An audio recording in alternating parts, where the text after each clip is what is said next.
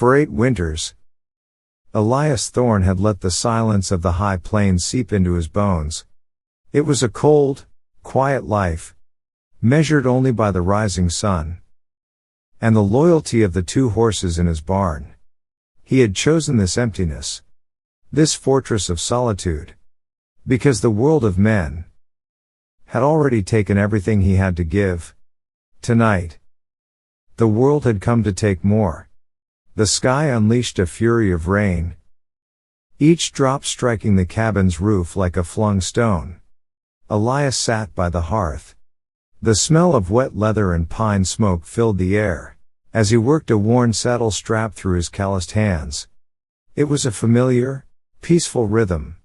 Until the sound came. It wasn't the knock of a lost traveler. This was the frantic drumming of fists against timber. A sound that spoke of desperation clawing at his door. He went still, the leather strip forgotten in his grasp. No one came this far up the pass. Not anymore. Not since the day he'd raised his fence line like a wall against memory itself. The pounding came again, more insistent. And this time, it was carried on the wind with voices. Voices speaking in a tongue he hadn't willingly heard since the day he'd shoveled dirt over the 2 brightest lights of his life. Navajo. A chill that had nothing to do with the storm snaked its way up his spine. The past wasn't just a memory anymore. It was outside his door. His hand, acting on a memory buried in muscle, drifted towards the greener shotgun mounted above the fireplace. It was an old reflex. From a time when peace was a luxury, and sleep was a risk. But something held him back. It wasn't the sound of a war party, full of rage and challenge. It was the sound of pleading, frayed and torn by the wind. And he knew, with a certainty that settled like a stone in his gut, that warriors do not beg. He moved toward the heavy plank door, his steps deliberate on the worn floorboards. He could hear them more clearly now. The hushed, urgent tones of women. Then, one voice cut through the others, speaking a careful, deliberate English. A voice that, despite its weariness, held the hard edge of granite. Please. We know someone is inside. We ask only for shelter from the storm. Elias pressed his forehead against the cool wood.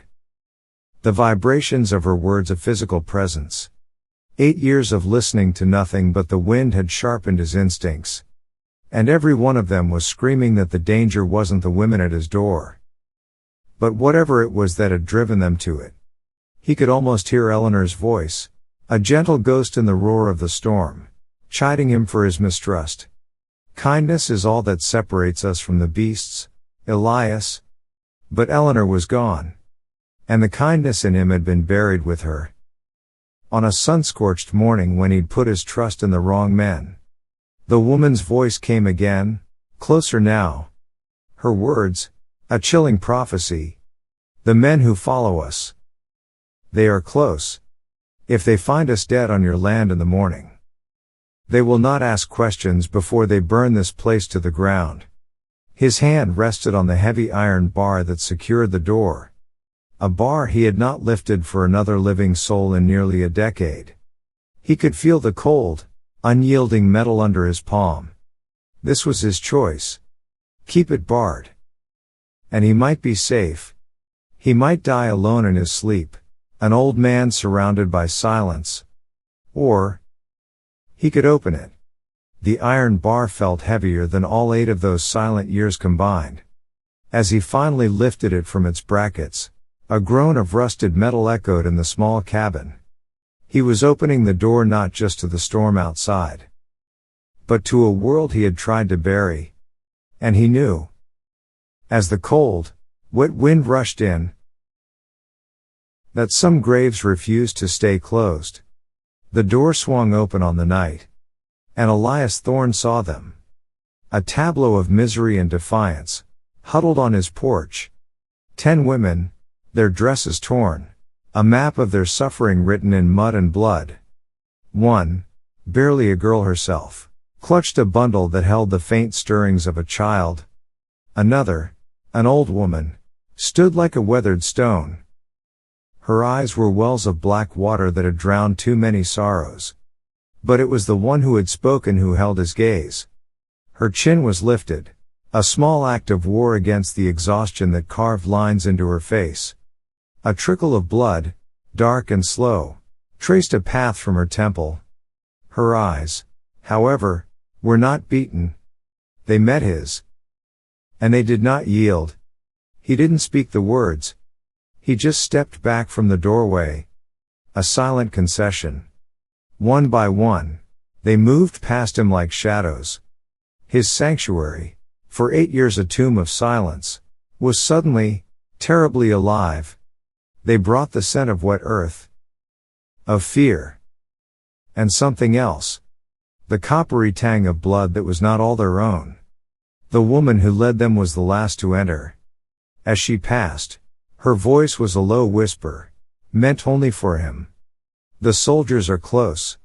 An hour, perhaps less. They will not rest until we are gone. Elias pushed the heavy door closed, the sound echoing with a finality he could feel in his chest. He slid the iron bar back into place. A useless gesture. He knew it. The world was already inside. Why? He asked, his voice rough from disuse. Why are they hunting you? Her dark eyes locked onto his. And in them, he saw a grief he recognized. The hollowed out look of the survivor. They hunt us because we did not die when ordered, she said, her voice steady. They hunt us because we fought back when he burned our world to ash. When he took our men. A faint cry came from the bundle in the young girl's arms. The woman's jaw tightened. And he hunts us because my sister lived long enough to speak his name? Captain Valerius. Elias knew that name. Not the man, but the type. Men who wore a uniform to hide the monster beneath it. Men who measured their power by the pain they could inflict. How many? He asked. The question was automatic. Tactical. 10, she answered. Led by the captain himself. He calls us hostiles. To justify his butchery. Elias moved to the window, peering through a crack in the shutters. He saw only the storm-tossed darkness. But he knew they were out there. Moving like wolves, thinking their prey was finally trapped. He turned back to the women, now gathered near the fire, tending to each other's wounds with a quiet, practiced efficiency. They were survivors. He saw that now. And survival was a form of warfare all its own. There's a cellar, he said to the woman. Under the kitchen. Stone walls. A hidden door. It would be a tight fit, but it might keep you safe. She looked at him and slowly shook her head. The refusal was absolute. They will search. If they find us, you will hang beside us. If they find signs of us, they will burn you for helping. We will not trade our lives for yours, old man. Elias almost laughed. The sound was dry, like rust. Woman, he said, taking a step closer. I have been at war with men like that since the day they put my family in the ground. He saw a flicker in her eyes. Not pity. Recognition. The only question left, he continued, his voice dropping low, is do we make our stand here? Or do we die running? And in the quiet between gusts of wind, another sound arrived. The rhythmic, muddy beat of horses, moving with purpose through the dark. They were here. The sound of approaching death did not make Elias Thorne freeze. It made him move. With an economy of motion learned from a lifetime of survival, he crossed the room. He took down the heavy Winchester rifle from its pegs. Its weight familiar and comforting in his hands. From a locked chest, he retrieved a box of cartridges, the brass casings gleaming in the low light. But when he turned back, the room had changed. The women had changed. She was no longer the pleading woman from his porch. Nakai stood straight, her back a line of defiance against the shadows. And in her hand, a long knife drank the firelight. The other women had shed their skins of desperation. From the folds of their torn dresses, they drew weapons, honed steel and grim purpose. Their bodies shifted into stances of practiced readiness, creating a web of death within the small cabin. You were never just running, Elias stated. It was not a question. Running was the lure, Nakai replied, her voice as hard and sharp as the blade she held. This was always the trap. Captain Valerius is hunting lambs for the slaughter, she continued, her eyes burning with a cold fire. He is about to find wolves waiting. And Elias understood. They had not stumbled upon his ranch. They had chosen it. They had not sought a savior. They had sought an ally. They had brought their war to his door because they knew. Somehow, they knew the man he used to be. What is my part in this? He asked. A faint, dangerous smile touched Nakai's lips. They expect to find women. And a frightened old man. When they see you. A rancher, fighting beside us. They will falter. She took a step closer. In that single moment of doubt. We will unmake them. Outside, the voices grew louder. The squelch of a boot in the mud, just beside the window. The low murmur of men who believed they were the hunters. Then, the captain's voice tore through the night, slick with an arrogance that grated on the soul. Rancher, we know you're in there. Send out the fugitives, and you might live to see the dawn. Nakai appeared at Elias's side, a ghost in the dim light. She pointed with her blade toward the darkness. The one by your well, she whispered, her voice a thread of ice. He held my cousin's arms. Elias chambered around. The sound was deafeningly loud in the tense silence. He thought of Eleanor's words about kindness. But he was learning that sometimes, the kindest act is to stand between the wolf and the fold. And become a monster the wolf understands. The front door exploded inward, ripped from its hinges by a heavy boot. Captain Valerius stood silhouetted against the storm, his rifle raised, a triumphant sneer on his face. He expected to see cowering fear. Instead, he saw the cold, dark muzzle of a Winchester rifle. For a single, fatal heartbeat, the captain's face was a mask of pure confusion. This was not how the story was supposed to end. And in the shadows, Nakai lifted her blade. It caught the firelight for an instant. A flash of golden death. A signal. The storm outside swallowed the sounds that followed. The whisper of steel finding its home. The wet, choked gasps of men who died before they could comprehend their mistake. The silent, brutal ballet of justice, performed in the flickering firelight. Valerius, his eyes wide with shocked understanding, finally realized he was not the hunter. He was the sacrifice. He opened his mouth to scream, but the scream never came. Nakai was upon him, a wraith of vengeance. Her blade moved with surgical precision. This, she whispered in his ear, is for the women you thought were weak. But as Valerius crumpled to the floor, his life spilling onto the rough-hewn planks of Elias's home, a new sound rose above the dying storm. Not a dozen horses, but the sound of a company. The thunder of an army on the move. The thunder of hooves was the sound of their grave being dug. Victory had lasted no longer than a single, shallow breath. Through the shattered doorway, Elias saw a new horror. Not a handful of riders, but a moving line of torches, a fiery serpent encircling his land. The advance party was dead. The main force had arrived. Nakai pulled her blade free from the captain's chest, her face a grim mask of understanding.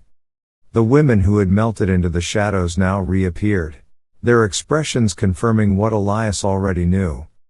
Their trap had worked perfectly. On the wrong prey. A woman scout appeared at Nakai's side. Her words barely a whisper against the wind. 15, maybe 20 riders. A full platoon. They know Valerius is dead. As if to prove her point, a new voice boomed from the darkness. This one held none of the captain's sneering arrogance. It was cold, methodical, and absolute. This is Colonel Monroe. You are surrounded. Surrender the fugitives and the rancher now? Or we will burn this place to ash with you inside. The women looked to Nakai. Despair, for the first time, began to flicker in their eyes. They had fought with the courage of lions. But lions could still be overwhelmed by numbers. But in the face of annihilation, Elias Thorne did not see an end. He saw an opportunity. He moved to a heavy, dust-covered footlocker in the corner of the room.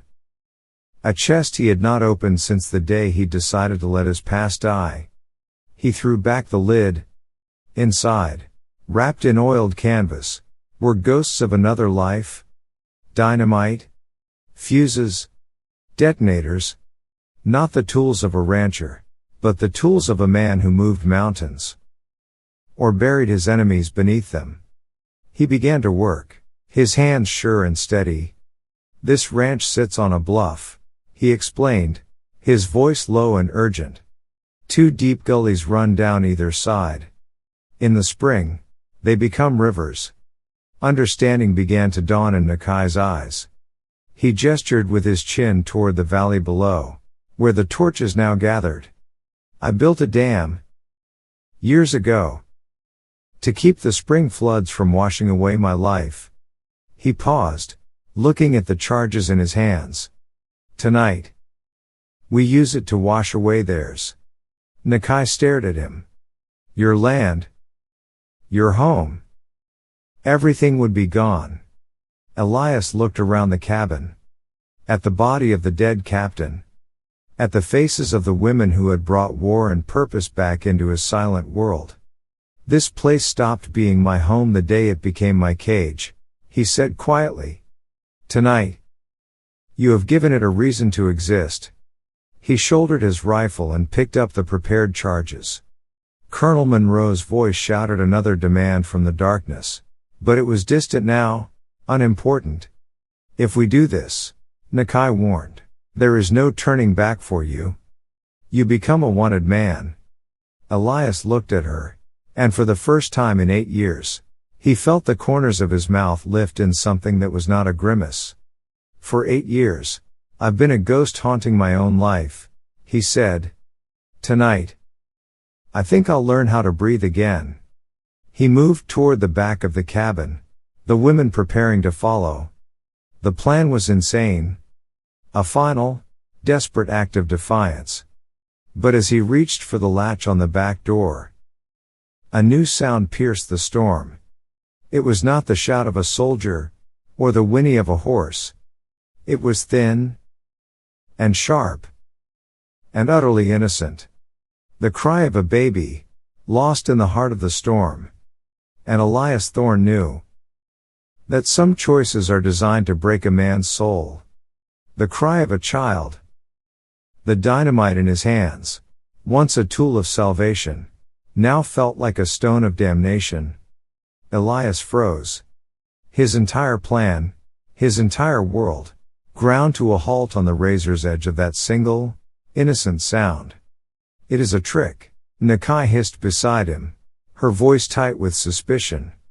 A soldier's ploy. But Elias shook his head. He had heard the cries of his own daughter. He knew the sound of real terror. And this was real. Another woman spoke, her voice laced with a fierce, protective anger. We have a child here. Her life is not worth less than one of theirs. She was right. He knew she was right. A terrible, logical calculus of war. But Elias looked at the dynamite. And he saw the face of his daughter. Some lines. Once you cross them, there is no coming back. He had been living in the land of the dead for 8 years. He would not earn his way back to the living by sacrificing a child. Slowly, deliberately, he set the charges down. There is another way, he said, his voice barely a whisper. Harder. More dangerous. But it lets us keep our souls. He moved to another chest. This one smaller, tucked away like a dark secret. It did not hold tools of demolition. It held a different kind of warfare. Devices of cunning and pain. Iron caltrops, crafted to cripple horses. Bear traps that had never tasted the flesh of a bear, but knew the weight of a man. Tripwires and snares. The defenses of a man who had planned to die alone, but to take his enemies with him. We will not flood the valley, he said, turning to face them. We will turn it into a butcher's yard. The plan was forged in whispers. In the heart of the besieged cabin, Nakai and half the women would remain. They would create a ghost war. Noise and shadows to draw the main assault. Elias and the others would slip out the back. They would become the true ghosts. They would bleed the reserves, break their nerve, and find that child. They moved out into the storm, melting into a landscape Elias knew like his own skin.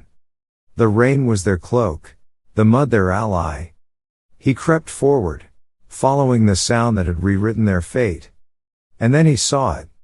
Not with the reserve force, as he'd assumed, but in a supply wagon, left carelessly between the main force and the rear guard. A canvas-covered cart. And beside it, a figure hunched against the wind. A woman. She was not a soldier's wife. She wore the rough, plain dress of a camp follower. Another piece of kindling, meant to be consumed by the fire of men's ambition. And she was trying desperately to quiet the baby in her arms. Elias signaled his women to hold. This was his work to do. He rose from the darkness, his rifle held low. A guard spotted him, his shape a darker smudge in the night. The soldier raised his own weapon. Colonel's orders, Elias called out, his voice a low, authoritative bark that carried through the wind. Secure the civilian. Get her clear. The lie was a stone tossed into the pond of chaos. It bought him 3 seconds. By the time the soldier's brain registered the lie, the butt of Elias's Winchester had already delivered the truth. The camp follower, a girl of no more than 19, looked up, her eyes wide with terror. Please, she begged. Don't hurt him. He's done nothing. Neither have you, Elias said quietly. He pointed into the darkness. When the shooting gets loud again, you run. You run toward those trees and you don't look back. But the other guards had seen. A shout of alarm. The raising of a rifle. They never fired. The darkness they were staring into had teeth. The Apache women with Elias moved like spirits of vengeance. The fight was a silent, brutal affair that was over in heartbeats. The young mother, clutching her child, scrambled into the night and disappeared. A small victory. A single life saved from the inferno. But as Elias turned back toward the house, a sudden, chilling silence fell. The ghost war had stopped. And the voice of Colonel Monroe boomed again, this time filled with the cold triumph of a predator who has cornered its prey. You are surrounded. Your tricks are done. It is over. Elias felt his blood run cold. Monroe had been playing a longer game, letting his pawns die while he moved his king into position. They were trapped, utterly and finally. But then, piercing the darkness, came Nakai's voice. It was not a cry of despair. It was a shout of victory. Elias, we have him. We have Monroe's son. Silence answered her cry. A thick, heavy silence, where even the storm held its breath. The serpent of fire in the valley faltered. The torches suddenly still. When Colonel Monroe spoke again, the iron was gone from his voice. replaced by the brittle tremor of a father's fear. "Release my son," he said. "Name your terms." "There are no terms," Nakai's voice shot back. "A blade in the darkness. Only a reckoning." Elias moved back toward the cabin, a ghost navigating a battlefield of his own making. Victory always demands a blood price. On the floor of his cabin lay two of the Apache women, their battle over, their spirits now free. And in the center of the room, he saw him. The colonel's son. He was just a boy, really, wearing a man's uniform. He had his father's eyes, but none of his father's cruelty. Only terror. Nakai held a blade to his throat, her expression unreadable. "An eye for an eye," she said quietly as Elias entered. "A son. For the daughters they have taken from us." Elias looked at the boy's terrified face. And he saw the endless cycle of violence, spinning on and on.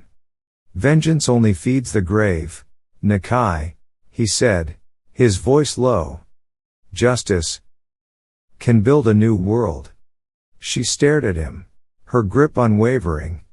"His death is an ending," Elias continued.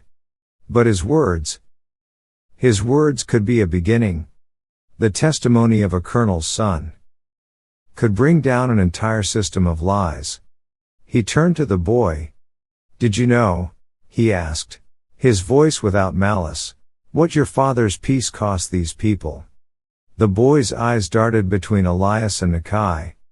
I thought they were hostiles," he stammered. "My father said." "Your father lied," Nakai said softly, her voice filled with a terrible sorrow. And in that moment of shattered truth, a new sound came from the night. More horses. Approaching at a steady, disciplined gallop. But these were not soldiers. They rode with the lean, hard authority of federal marshals. Their torches cutting a straight, unwavering line through the chaos. Someone else had been watching Colonel Monroe. His night of butchery had drawn a different kind of hunter. The boy looked at the blade at his throat. At the approaching lawman. And then at Elias. His father's world was a lie. This new world was a nightmare. He had to choose. He closed his eyes. "Tell me," he whispered, his voice cracking. "Tell me what I must do." Dawn broke over the high plains, painting the sky with the colors of blood and gold. It found a scene of quiet resolution. Colonel Monroe was led away in chains, his career and his lies shattered by the testimony of his own son. The surviving women, now under federal protection, prepared for the long journey north, to find what was left of their people and begin anew. Nakai stood before Elias in the doorway of his ruined home. "And you, Elias Thorne?" she asked. "The hermit is dead." He nodded, looking out at the morning light. "He died last night," Elias said. "I'm still deciding who was born in his place." Her gaze drifted to the west. "The woman," she said. "Clara. The trail to Denver is no place for a mother and child alone." It was not a question. It was a statement of fact. A path laid before him. Elias Thorne watched the Apache women ride toward the sunrise, toward a future of their own making. Then, he turned and prepared to ride west. Not running from a past he could never escape, but riding toward a future he had never expected. He finally understood that a man's life is not measured by the battles he has won, but by the choices he makes when all seems lost. And the hardest choice is never between right and wrong. It is between the safety of the tomb and the dangerous, uncertain promise of being truly alive.